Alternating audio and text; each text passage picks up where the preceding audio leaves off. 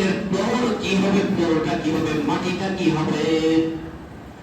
তখন আল্লাহর নবী বলেন জান্নাতের মাটি হবে জাফরান দ্বারা, যে জাফরান বড় দামি। ওই জাফরান দ্বারা আল্লাহ তাআলা ওই জান্নাতের বিল্ডিং এর ফ্লোর আল্লাহ তাআলা তৈরি করেছেন।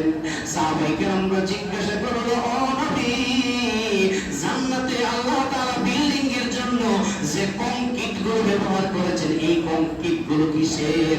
তখন সাহাবায়ে কেরামদেরকে নবী জবাব দেয়, ও সাহাবীরা শোনো, জান্নাতের বিল্ডিং এর কংক্রিট গুলো যে আল্লাহ তাআলা বানাইছেন এক একটা মুক্তা এবং ইয়াকুত পাথর দ্বারা আল্লাহ তৈরি করেছেন।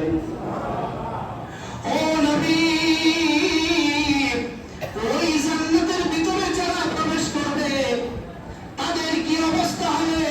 ইয়া রাসূলুল্লাহ, ইয়া হাবিবাল্লাহ, আমাদেরকে আরেকটু শোনায়া দেন না। তখন আল্লাহর নবী ডাক দিয়ে কয়, ও সাহাবীরা রে, যারা ওই জান্নাতের ভিতরে প্রবেশ করবে, অর্থাৎ যারা জান্নাতি হবে, তারা ওই জান্নাতের সব নিয়ামতগুলি ভোগ করবে, চিরস্থায়ী জান্নাতবাসী হবে, কোনদিন জান্নাত থেকে তাদেরকে বের করা হবে না। এমনকি জান্নাতের কোন